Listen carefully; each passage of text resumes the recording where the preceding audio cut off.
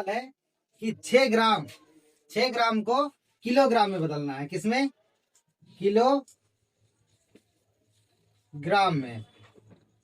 6 ग्राम को किलोग्राम बदलना है। पहले आइए थोड़ा समझते हैं कि ग्राम किलोग्राम ये है क्या। ठीक है, 1000 ग्राम बराबर 1 किलोग्राम।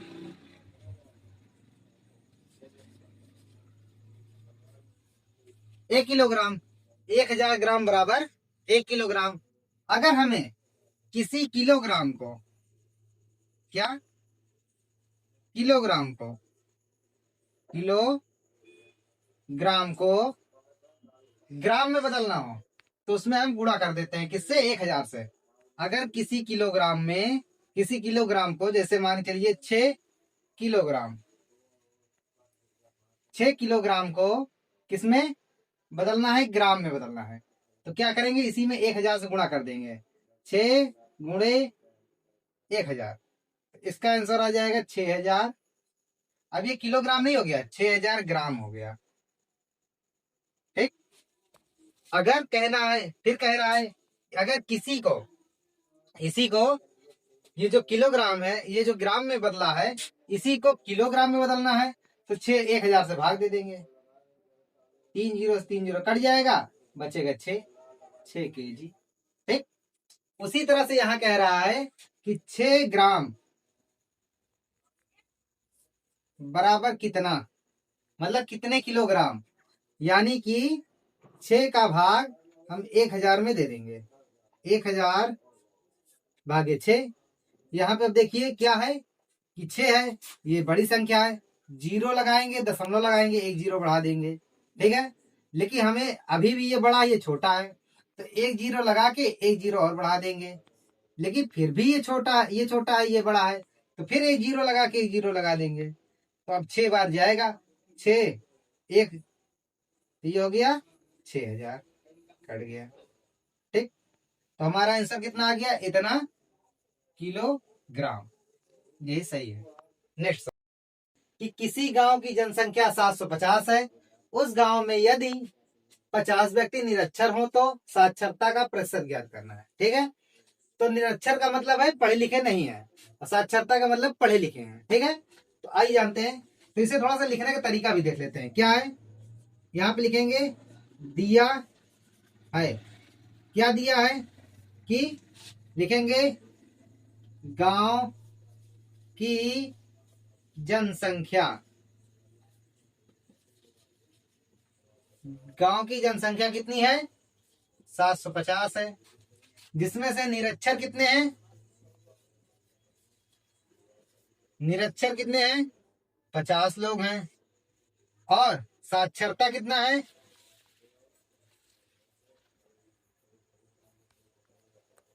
साक्षरता प्रतिशत बराबर ज्ञात करना है हमें। ठीक है, तो इतना जानते हैं कि इतने पढ़े लिखे लोग हैं और इतने निरक्षर हैं, तो इसमें से इसको घटा दिया जाएगा। 750 माइनस 50 बराबर 700। ठीक है, तो हमें इस 700 का परसेंट ज्ञात करना है। तो हम जानते हैं कि जैसे हमारा पूर्णांक 700, 500 होता था, 300 नंबर पाते थे, तो उसमें से क्या करते थे कि 300 का पूर्णांक निकालने के लिए हम 300 गुणे 100 बटे 500 कर लिया करते थे। तो वही चीज यहाँ पर भी करना है हमें। क्या करना है? 700 ऊपर लिख देंगे, गुणे 100 बटे 750।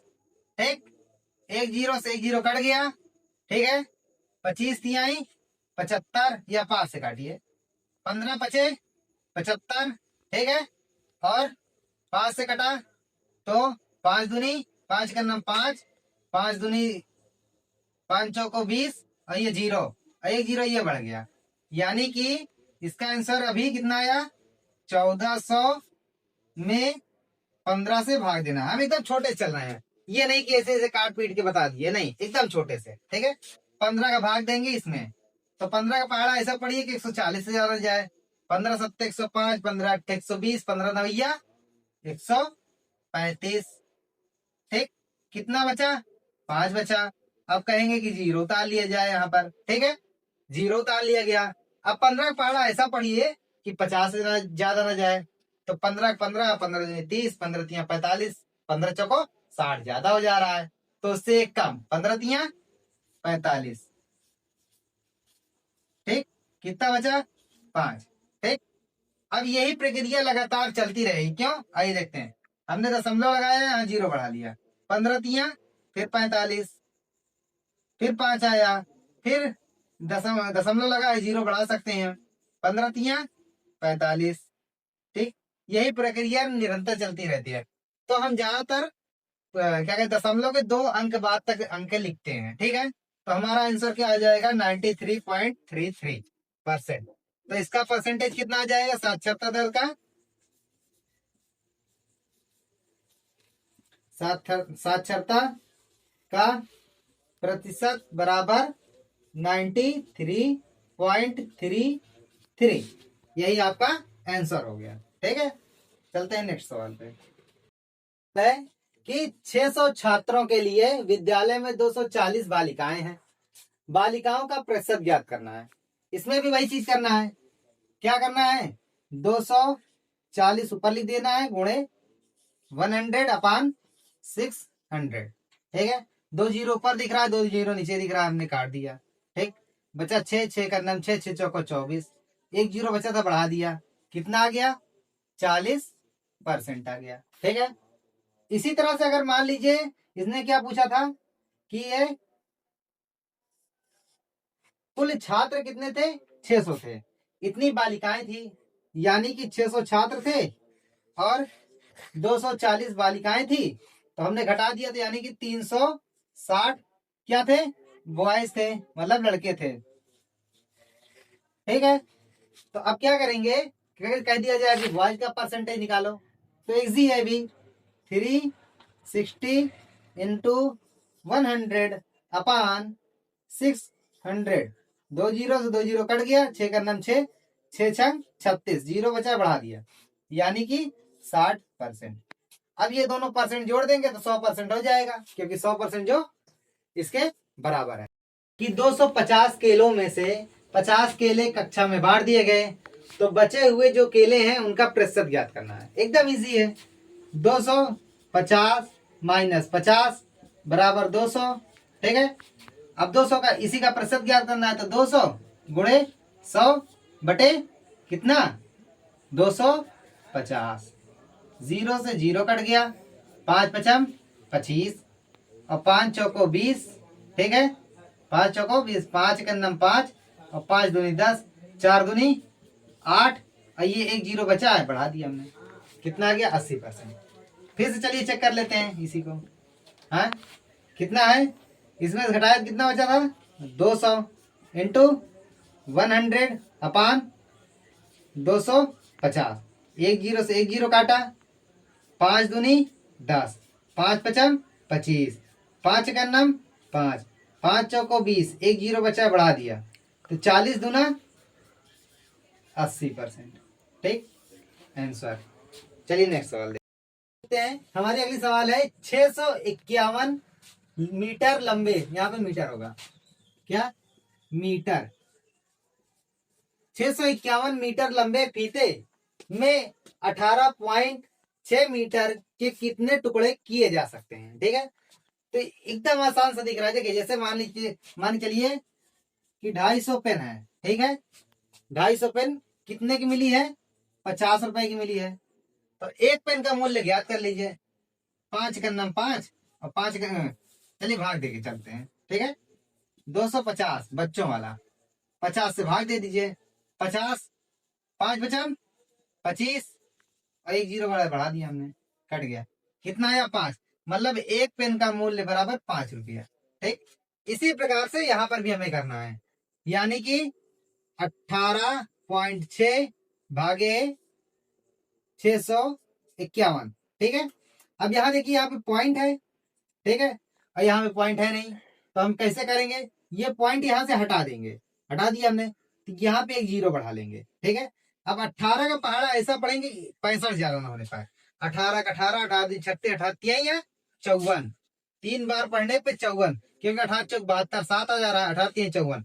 अब इसी 3 का गुणा इस सब में कर देंगे, तो 3 छंग 18 के 8 हासिल 1, तीन तीन अठे 24, 24 एक 25, 5 हासिल 2, 3 का नाम 3 2 5। ठीक, घटाया कितना बचा? 3 बचा। यहाँ कितना बचा? 9 बचा। यहाँ पे कितना उतार लिया? 0 उतार लिया हमने। ठीक है, अब इसका पहाड़ा 18 का पहाड़ा ऐसा पढ़िए कि 90 से ज्यादा न जाए। 18 का 18, 18 36, 38 54, 18 72, 18 पंचे 90, 5 बार जा रहा है। तो 5 का गुणा 6 में कर दीजिए। 5 छंग 30 के 0 हासिल 3, 5 8 40, 40 3 43 के 3 हासिल 4, 5 का नम 5 और 4 9। ठीक, कट गया। तो कितना आया? 35। मतलब कि कितने टुकड़े किए जा सकते हैं? तो 35 टुकड़े किए जा सकते हैं। ठीक है, चलिए अगले सवाल देखिए।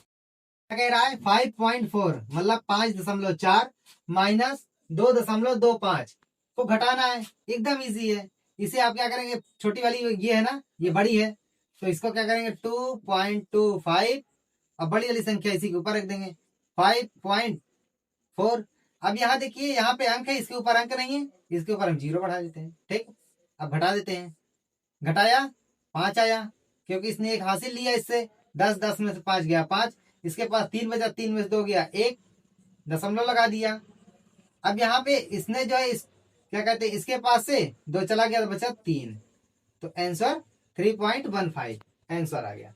अगली सवाल देख 025 0.025 को क्या कह रहा है कि प्रतिशत में बदलना है। क्या कह रहा है? प्रतिशत रूप होगा इसका। इसका प्रतिशत रूप क्या होगा? अगर प्रतिशत रूप में बदलना है तो क्या करेंगे? सीधे से गुणा कर देंगे। 0.025 इंटू 100। ठीक, घटा देंगे, कितना आ जाएगा? 25 अगर नाम 25, डबल 0 हमने बढ़ा दिया। अब एक अंक के बाद कितने? 1 2 3 अंक के बाद दशमलव, 1 2 3 अंक के बाद हम दशमलव लगा देंगे, क्योंकि इससे कोई मतलब नहीं है, तो हमारा उत्तर ही आ जाएगा। ठीक है, चलिए नेक्स्ट देखते हैं।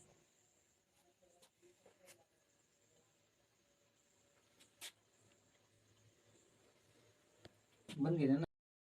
कह रहा है कि 15 कितने रुपए का 20% है। जब भी ऐसे सवाल दिखे, हमें ज्यादा कुछ नहीं करना है, प्रतिशत से उठा के अंक में भाग दे देना है। ठीक है, क्या करना है? प्रतिशत से उठा के अंक में भाग दे देना है। मतलब 20 भागे 15। ठीक, 15 छोटा है चूंकि, और ये 20 बड़ा है, तो हम 0 लगा के दशमलव लगा लेंगे। यहाँ पे दशमलव 0 बढ़ा देंगे। अब 20 का पढ़ा ऐसा पढ़ेंगे 15 100 150 ज्यादा न जाए, तो पढ़िए 7 बार जाएगा। 2 सते 14, 0 बढ़ा दिया हमने, 10 बच गया, दशमलव लगा ही है, हम एक 0 और बढ़ा सकते हैं, और 2 पंचे 10 यानी कि 100, 20 पंचे 100 कट गया। अब कितना आ गया? 75, 0.75। तो ये है कितना? ये 1% का मान बराबर 0.75 आ गया। 100% का मान निकालने के लिए, 100% का मान निकालने के लिए इसी में हमें 0.75 इंटू 100 कर देना है। तो इसका आंसर कितना आ जाएगा? 75 करके चेक कर लीजिए। चलिए अगली सवाल देखते हैं। कक्षा 5 में 50 छात्र थे, जिसमें से 40 छात्र उत्तीर्ण हुए और जो बचे छात्र वो अनुत्तीर्ण है। जो अनुत्तीर्ण छात्र हैं उनका प्रतिशत बताना है। ठीक है, तो पहले तो हम 50 माइनस 40 बराबर 10, यानी कि 10 गुणे 100 बटे 50। एक 0 से एक 0 कट गया, 5 का नाम 5, 5 दूनी 10 और 10 दूना 20%। यही आपका आंसर हो गया। चलिए नेक्स्ट सवाल है। कह रहा है कि इंटर की परीक्षा में 40% छात्र अंग्रेजी में अनुत्तीर्ण हुए, फिर उसके बाद और छात्र कॉमर्स में अनुत्तीर्ण हुए, फिर जो बचे गणित में अनुत्तीर्ण हो गए। तो पूछ रहा है यदि दोनों विषयों में 25% छात्र अनुत्तीर्ण हुए तो कुल कितने प्रतिशत छात्र अनुत्तीर्ण हुए? आइए जानते हैं। देखिए 40% छात्र पहली परीक्षा में, दूसरी परीक्षा में 45% छात्र उत्तीर्ण हुए। यदि दोनों परीक्षा में मतलब इन दोनों में फिर से 25% छात्र दोनों विषयों में अनुत्तीर्ण हो गए, तो अब बताइए प्रतिशत कितना हुआ? तो पहले कितना है? 40% छात्र अनुत्तीर्ण हुए प्लस 45% छात्र अनुत्तीर्ण हुए। ठीक है, बराबर कितना हो गया? 85% छात्र अनुत्तीर्ण रहे। उसके बाद कह रहा है यदि दोनों परीक्षा में 25% छात्र अनुत्तीर्ण रहे तो कितने बचे, तो घटा दीजिए 0, यहाँ पे 6, मतलब 60% छात्र अनुत्तीर्ण रहे। कितने, 60%। यही आपका आंसर हो गया। चलिए अगले सवाल देखते हैं कि रचित अपनी मासिक आय का 80% खर्च करके 120 रुपया बचाता है तो उसकी मासिक आय कितनी है। ठीक है, तो चलिए ज्ञात कर लेते हैं। मतलब कि वो महीने का 80% खर्च कर डालता है जितना कमाता है, और उसी में से महीने का 120 रुपया बचा लेता है, तो उसके एक महीने की पूरी कमाई ज्ञात करनी है। ठीक है, तो मान लीजिए वो 100% कमाता होगा, ठीक है, और उसमें से 80% वो खर्च कर डालता है। ठीक, तो बचाता कितना है, 20%। ठीक, और 20% का मान यानी कि वो दे रखा है कितना, 120 रुपया। ठीक, तो हमें 1% का मान ज्ञात कर लेना है। एक का नाम 1 जीरो से 1 जीरो कट गया, 2 का नाम 2, 2 छंग 12, यानी 1% बराबर 6 रुपया, तो 100% बराबर 600 रुपया। ठीक है, ये तो मान लीजिए उसने पूछा था तो महीने का, तो ये महीने का आ गया कि मासिक कितना कमाता है। ठीक है, लेकिन अगर वो कहीं पूछ लेता कि साल का कितना कमाता है, साल का कितना खर्च करता है, अगर 80% के हिसाब से, तो क्या करते, इसी में हम 12 का गुणा कर देते। ठीक, क्योंकि एक साल में 12 महीने होते हैं, एक महीने में इतना कमाता है तो 12 महीने में कितना कमाएगा, 12 छंग 72, 2 जीरो बढ़ा दिया। ठीक है, अब इसी का वो 80% खर्च करता है तो इसी में से 80% निकाल लीजिए। 80% खर्च करता है, 2 जीरो कट गया। ठीक, 8 दूनी 16, 6, 8 पंच 40, 8 सौ 56, 157, और ये 0। इतना वो खर्च करता है, इतना खर्च करता है तो बचाता कितना है, तो इसी में से आप इतना घटा दीजिए, जितना महीने का है वो घटा दीजिए। घटा दिया, 0 हासिल लिया, 4 4 1। ठीक, समझ में आया। चले आगे, चलिए है कि रचित अपनी मासिक आय, मासिक मतलब महीने की आय का 80% खर्च कर देता है और उसमें से करके 120 रुपया मासिक बचाता है। मतलब जो कमाता है उसका 80% खर्च कर डालता है और 120 रुपया बचा लेता है, तो उसकी मासिक आय बतानी है। ठीक है, तो ऐसे देखिए 80% बचा, 80% वो खर्च करता है, मतलब वो 100% कमाता होगा। ठीक है, वो 100% कमाता होगा जिसमें से 80% खर्च कर देता होगा, तो बचाता कितना है, वो 20% बचाता है। यानी कि अब 20% बराबर कितना दे रखा है, 120 रुपया दे रखा है। ठीक, और जब 120 रुपया दे रखा है तो हमें क्या करना है, 1% का मान निकाल लेना है। 1 जीरो से 1 जीरो कट जाएगा, 2 का नाम 2, 2 छंग 12, मतलब 1% बराबर 6 रुपया, तो 100% बराबर 600 रुपया। यही आपका आंसर हो गया।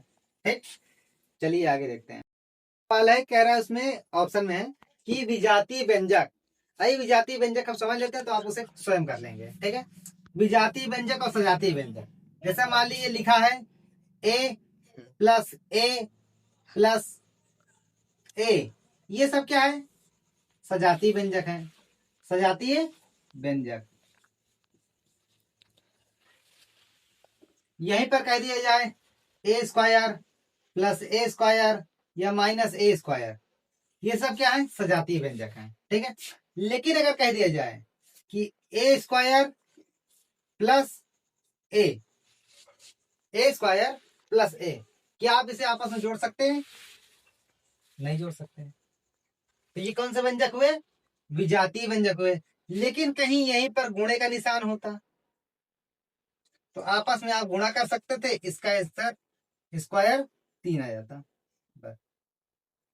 ठीक, तो सजातीय व्यंजक में कहने का मतलब ये, जैसे मान के लिए 7a है प्लस ए स्क्वायर है, आप कहिए इन दोनों को जोड़ दीजिए, जुड़ेगा, नहीं जुड़ेगा। लेकिन अगर ये स्क्वायर हटा दिए जाए तो आप इन्हें जोड़ सकते हैं, ये ए है। ठीक, अगर आप स्क्वायर हटा दीजिए तो इन्हें जोड़ सकते हैं। यही कहीं बी हो जाए तो ये जुड़ेगा, नहीं जुड़ेगा। लेकिन कहीं ये गुणा हो जाए तो हाँ ये गुणा हो जाएगा, क्या हो जाएगा 7ab। ठीक, सजातीय व्यंजक कैसे कहेंगे, जैसे ए लिखा रहे या स्क्वायर है तो स्क्वायर में ही लिखा रहे, और ब्रैकेट है तो और संख्या है तो संख्या में ही लिखा रहे, जैसे ए है प्लस ए या माइनस ए ऐसे हो सकता है, लेकिन ए माइनस ए स्क्वायर नहीं हो सकता। ठीक, ये विजातीय व्यंजक है। ठीक है, चलिए अगले देखते हैं। कह रहा है कि 6 और p का योगफल, 6 और p का योगफल, अगर 6 और p का योगफल होगा तो कैसे हो जाएगा 6 प्लस p, इसका आंसर ये होगा। क्यों होगा ऐसे, क्योंकि आप इन्हें साथ में नहीं लिख सकते। 6p अगर आप ऐसे लिख देंगे तो इनके बीच में गुणा हो जाएगा, फिर ये कोई निशान नहीं है, इनके बीच में गुणा है। ठीक है, यानी कि ये ऐसे लिखा है 6 इंटू पी, इसका मतलब ये है। ठीक है, 6 प्लस पी का मतलब ये 6 और पी का योगफल ये होगा। यहीं पर इसकी अगली सवाल क्या कह रहा है कि समबाहु त्रिभुज, समद्विबाहु त्रिभुज और विषम बाहु त्रिभुज। ठीक है, तो आइए पढ़ते हैं समबाहु त्रिभुज, जिसकी तीनों भुजाएं बराबर हों तो क्या कहलाता है समबाहु त्रिभुज। क्या, सम बाहु त्रिभुज। समबाहु त्रिभुज, अगर ये 3 सेंटीमीटर है तो ये भी 3 होगी और ये भी 3 होगी, लेकिन यही कह दिया जाए समद्विबाहु त्रिभुज। ठीक, मान लीजिए ये 3 है, ये 3 है, लेकिन ये 4 है, तो ये क्या है समद्विबाहु, जिसकी दो भुजाएं बराबर हों। दो भुजा क्या हो, बराबर हो, तो क्या कहलाएगा समद्विबाहु। समद्विबाहु, एक चीज समझिए, सम समद्वि, द्वि मतलब दो, द्विबाहु त्रिभुज, बाहु माने भुजा, मतलब सम समद्विबाहु, सम माने बराबर, द्वि माने भुजा, द्वि माने दो, बाहु माने भुजा, जिसकी दो भुजा बराबर हो वो समद्विबाहु त्रिभुज कहलाता है। यहीं पर अगर बात की जाए विषम बाहु त्रिभुज, तो जिसकी एक भी भुजा बराबर ना हो। ये लीजिए, ये 2 हो गई, ये हो गई 4, ये 5, ये 3। ठीक है, ये 4, ये 5, ये 3 सेंटीमीटर की हो गई, तो ये कौन सी हो गई विषम बाहु त्रिभुज। कौन सी, विषम बाहु त्रिभुज। ठीक, जिसकी एक भी भुजा बराबर ना हो। ठीक है, समबाहु, सम का मतलब बराबर, बाहु माने भुजा, जिसकी सारी भुजाएं बराबर हो समबाहु त्रिभुज। विषम बाहु, समद्विबाहु त्रिभुज, सम माने बराबर, द्वि माने दो, बाहु माने भुजा, जिसकी दो भुजाएं बराबर हो वो समद्विबाहु त्रिभुज, और जिसकी एक भी भुजा बराबर ना हो वो विषम बाहु त्रिभुज। चलिए आगे, कि कह रहा है कि -8 गुणे प्लस 75 गुणे 0 का मान कितना होगा। ठीक है, एक चीज देखिए, यहाँ पर अगर प्लस ना भी दिया होता तो भी इसके आगे कोई निशान नहीं था, यानी कि प्लस होता। ठीक है, इसके देने या न देने से कोई मतलब नहीं है। एक चीज और ध्यान दीजिए, अगर किसी भी संख्या में हम 0 से गुणा कर देंगे तो उसका उत्तर 0 ही आएगा। ठीक है, इसका आंसर क्या आ जाएगा 0। ठीक, यही हमारा आंसर। चलिए अगली सवाल, अगली सवाल है हमारी कि मोहन एक माला बनाने में 1/3 मिनट का समय लेता है, तो लगातार वह 1 घंटे में कितनी माला बना लेगा। ठीक है, हमें क्या दिया है, 2 अंक दे रखा है ये, और एक माला बनाता है, और ये 1 घंटे का समय दे रखा है। ठीक, तो क्या कह रहा है, मोहन एक माला बनाने में 1/3 मिनट का समय लेता है, और लगातार वह 1 घंटे में कितनी माला बनाएगा।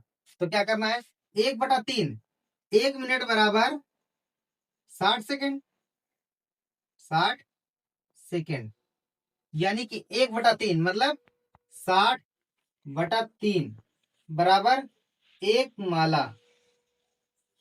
ठीक, तो 3 का नाम 3, 3 दूनी 6, मतलब 20 सेकेंड बराबर 1 माला। कहने का मतलब ये है कि वह 20 सेकंड में एक माला बनाता है। जब 20 सेकंड में एक माला बनाता है तो 1 मिनट में कितनी माला बनाएगा? 20 गुणे कितना? 20 तिहाई 60, मतलब 3 माला बनाएगा। क्यों? क्योंकि 20 सेकंड, ठीक है, 20 सेकंड में एक माला बना रहा है तो 1 मिनट में वो 3 माला बनाएगा।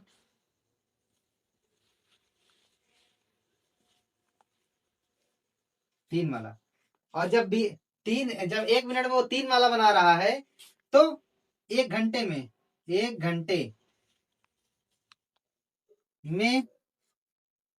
कितने मिनट होते हैं? 60 मिनट। 60 मिनट होते हैं गुणे 3 बराबर 180 माला। वह 180 माला बनाएगा। फिर से देखिए, 1 मिनट में 60 सेकंड होते हैं, ठीक है। वह कितने समय माला बना रहा था? कि 1/3 मिनट में एक माला बना रहा था, यानी कि 60/3 मिनट में एक माला, तो 20 सेकंड बराबर एक माला। एक माला कितने सेकंड में बन रही है? 20 सेकंड में। तो 3 माला बनेगी 1 मिनट में। जब 1 मिनट का मान निकाला है तो 60 मिनट का मान निकालना एकदम आसान है। इन दोनों का हमने गुणा कर दिया, आंसर आ गया। चलिए अगली सवाल कि 20 सही 2/3 मीटर लंबी रस्सी को काट करके इतने मीटर काट दी गई उसमें से, तो अब शेष रस्सी कितनी बची? मतलब इसमें से इसको घटा देना है, ठीक है। तो यानी कि 20 सही 2/3 माइनस 5 सही 1/8, ठीक है। तो इसका इसका आप गुणा कर दीजिए, कितना हो गया? 8 त्रिक 24, ठीक है। अब ये दिख रहा है ना, इस 3 का इस 1 से गुणा कर दीजिए। 3 एकम नाम 3, देखिए इधर से करेंगे उधर जाएगा। 3 एकम नाम 3, और इस 8 का इस 2 से कर दीजिए गुणा, 8 दूनी 16, बीच में माइनस लगा दीजिए, ठीक है। और इस 20 से इस 5 को घटा दीजिए तो कितना बचा? 15, ठीक है। फिर से देखिए, इसका इसका गुणा कर दिया, 8 त्रिक 24 हो गया, ठीक है। और 20 में से 15 घट गया, 20 में से 5 घट गया तो 15 बचा। और 3 का गुणा 1 से हो गया, 3 एकम नाम 3 हो गया, 8 गुणा 2 से हो गया, 8 दूनी 16 हो गया। यानी कि इसका आंसर आ गया 15 सही 13/24। यही आपका आंसर। चलिए आगे देखते हैं। कह रहा है कि वह बड़ी से बड़ी संख्या बताइए जिससे जिससे 49, 59 और 109 को भाग देने पर शेष फल क्रमशः 1, 3, 5 बचे। मतलब 49 में देने पर 1 बचे, 59 में देने पर 3 बचे, और 109 में देने पर 5 बचे, ठीक है। इसे तोड़ लेते हैं, ये थोड़ा सा सरल बना लेते हैं। तो 49 माइनस 1 बराबर, जितने का भाग दिए जितना शेष फल बच रहा है उतना ही घटा दीजिए, बराबर 48। दूसरा क्या है? 59 माइनस 3 बराबर 56। तीसरा क्या है? 109 माइनस 5 बराबर 104, ठीक है। ये बच रहा है, ठीक है। इसे पहले लासा विधि से करते हैं, आइए। तो 48 बचा हमारे पास, ठीक, 48 आ गया। उसके बाद क्या है? 56 है। उसके बाद क्या है? 104 है हमारे पास, ठीक है। आई करते हैं, पहले 2 से करते हैं। 2 से 24 दूना 48 होता है, जानते हैं हम। 12 दूनी 24 होता है, ये भी जानते हैं हम। 2 छंग 12 होता है, ये भी जानते हैं हम। 2 तिहाई 6 होता है, जानते हैं हम। 3 एकम नाम 3 होता है, ये भी जानते हैं। आगे चलते हैं। 56 2 से 2 दूना 4, 2 अट्ठे 16, 28 दूना 56। फिर 2 से 2 एकम नाम 2, और 2 चौको 8, 14 दूनी 28, जानते हैं। 2 से 2 से 14, और 7 एकम नाम 7। अगली चलते हैं। अब क्या है? 2 पंचे 10, 2 दूना 4। फिर चलते हैं 2 से 2 दूना 4, और 2 छंग 12। फिर चलते हैं 2 से 13 दूनी 26, फिर 13 का नाम 13। हो गया ना? अब इसमें देखिए ऐसी कौन सी सवाल है, यहाँ देखिए हम लिख देते हैं क्रम के अनुसार कि 48 का हमने हल किया तो कितना आया? 2 गुणे 2 गुणे 2 गुणे 2 गुणे 3। उसके बाद हमने 56 का हल किया तो कितना आया? 2 गुणे 2 गुणे 2 गुणे 7। फिर हमने हल किया 104 का तो कितना आया, 2 × 2 × 2 × 13। ठीक, अब हम इसमें देखेंगे कि कौन सी संख्या तीनों में आई है। तो देखिए 2 तीनों में आई है, ठीक, ये भी तीनों में आया है, यहाँ पर भी तीनों में आया है, लेकिन ये संख्याएं तीनों में नहीं आई हैं। ठीक है, तो हम क्या करेंगे, इसी का गुणा कर लेंगे। 2 × 2 × 2 बराबर 2 × 4 × 8, यही हमारा उत्तर हो जाएगा। ठीक है, ये तो रहा कौन सा, गुणनखंड विधि से। आइए भाग विधि से देख लेते हैं कैसे करते हैं। तो भाग विधि से पहले छोटी संख्या चुन लेंगे। छोटी संख्या 48 है, तो 48 भागे इससे बड़ी संख्या 56 है, 56 में दे देंगे भाग। तो 48 से करना 48, कितना बचा, 8। ठीक है, अब 8 बच गया, तो अब इससे बड़ी संख्या कौन सी है, 104 है, 104 में भाग दे देंगे। ठीक है, जो बचेगा उसी से दूसरी संख्या में भाग देंगे। ठीक है, तो 104, इसे कहते हैं क्या, मासा विधि, जिसे कहते हैं महत्तम समापवर्तक। ठीक है, तो 8 करना 8 बचा 2, 4 उतार लिया, 8 त्रिक 24। ठीक, कट गया। तो हमें इधर की संख्याओं से नहीं मतलब है, इस संख्या से मतलब है। ठीक है, तो इसका मासा कितना आया, 8, और यही हमारा उत्तर हो गया। इधर भी उत्तर आ रहा है, इधर भी उत्तर आ रहा है। चलिए नेक्स्ट सवाल देखते हैं। सवाल क्या है कि एक समबाहु त्रिभुज जिसकी प्रत्येक भुजा 4 सेंटीमीटर है, तो इसका क्षेत्रफल क्या कहते हैं। तो समबाहु त्रिभुज का क्षेत्रफल क्या होता है, समबाहु त्रिभुज का क्षेत्रफल क्या होता है, √3/4 इंटू भुजा स्क्वायर। ठीक है, समबाहु त्रिभुज का क्षेत्रफल क्या होता है, √3/4 इंटू भुजा स्क्वायर। तो हमें रख देना है, एक भुजा का मान पता है 4 सेंटीमीटर, तो भुजा की जगह भुजा रख देंगे। तो बराबर क्या आ जाएगा, √3/4 इंटू भुजा स्क्वायर मतलब 4 का स्क्वायर। ठीक, 4 का स्क्वायर, इसको हम 2 बार ऐसे लिख सकते हैं, √3/4 इंटू स्क्वायर का मतलब होता है कि 4 × 4, हम ऐसे लिख सकते हैं। तो यहाँ पे लिख देंगे 4 × 4, एक 4 से एक 4 कट गया, तो बचा कितना, √3 इंटू 4, या ये और या ये, दोनों आंसर सही है। ठीक है, चले अगले सवाल पे। 6 + 6.6 + 6.66 + 6.666। ठीक है, इसको बस हल करना है। चलिए देखते हैं, हमने बस जैसे जैसे लिखा है वैसे से उतार लेना है। 6.666 6.66 6.666.000। हमने 0 क्यों उतार लिया, क्योंकि हमें इसके बराबर कर लेना है अपने समझने के लिए, जिससे ये थोड़ा आसान हो जाए। ठीक है, 0 से कोई मतलब तो होता नहीं है, इसलिए इसे थोड़ा आसान बना लिया। अब जोड़ डालिए। ठीक है, 6 का 6, 6 6 12 के 2 हासिल 1, 6 6 12 6 18 18 1 19 के 9 हासिल 1, यहाँ दशमलव लगा दिया। 6 का 6 6 12 6 18 6 24 24 1 25, यही आपका आंसर हो गया। अगली सवाल, हमारी अगली सवाल है, एक आयत की लंबाई 50 मीटर, इसका परिमाप 180 मीटर हो, तो क्षेत्रफल ज्ञात कीजिए। तो आयत की लंबाई क्या है, लंबाई बराबर 50 मीटर और इसका परिमाप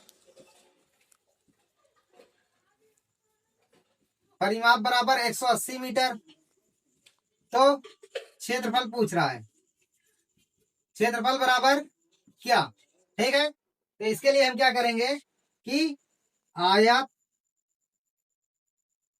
का परिमाप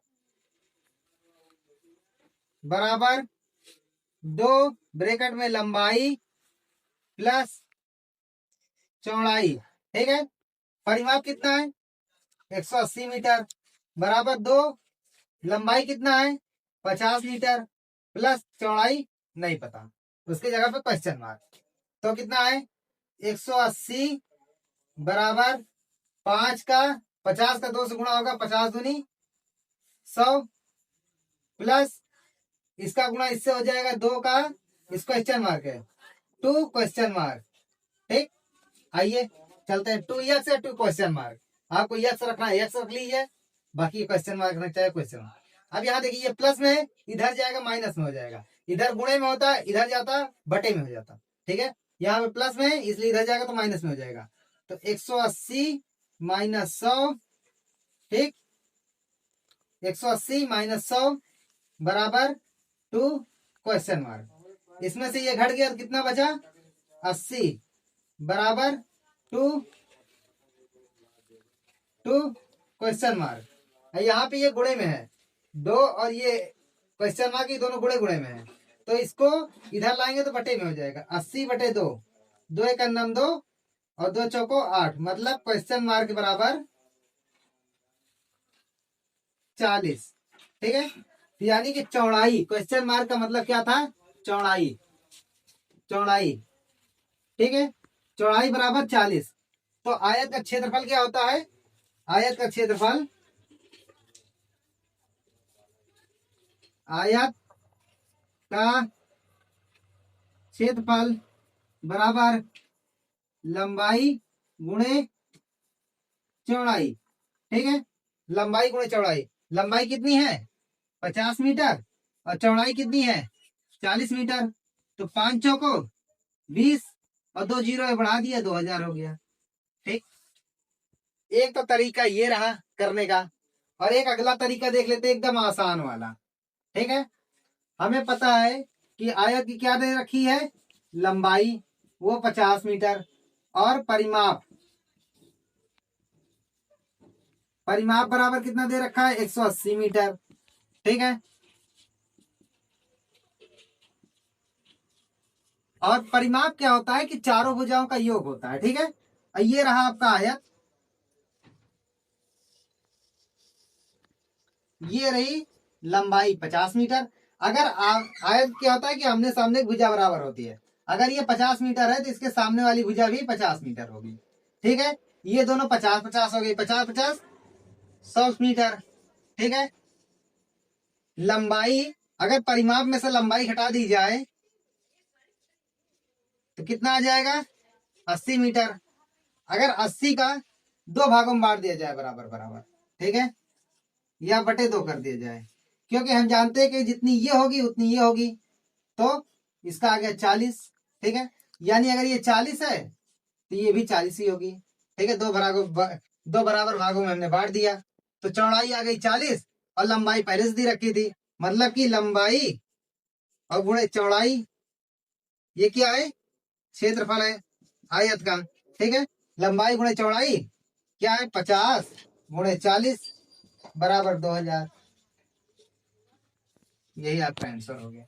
चलिए अगली सवाल देखते हैं। तो हमारी अगली सवाल है 1000 लीटर पानी की टंकी में रिसाव से प्रत्येक घंटे में 10% पानी की कमी हो जाती है, तो 1 घंटे बाद पानी की टंकी में कितना पानी बचता है। ठीक है, तो आइए देखते हैं क्या है। 1000 लीटर पानी की टंकी में, ये 1000 लीटर की पानी टंकी में 1000 लीटर पानी भरा है। ठीक है, और प्रत्येक 1 घंटे में 10% पानी कमी हो जाती है। 10% का मान निकाल लेते हैं, कट गया 2 जीरो 2 जीरो, 1 जीरो इसके पास बचा और 10 ही है, 10 दाम में 100 लीटर,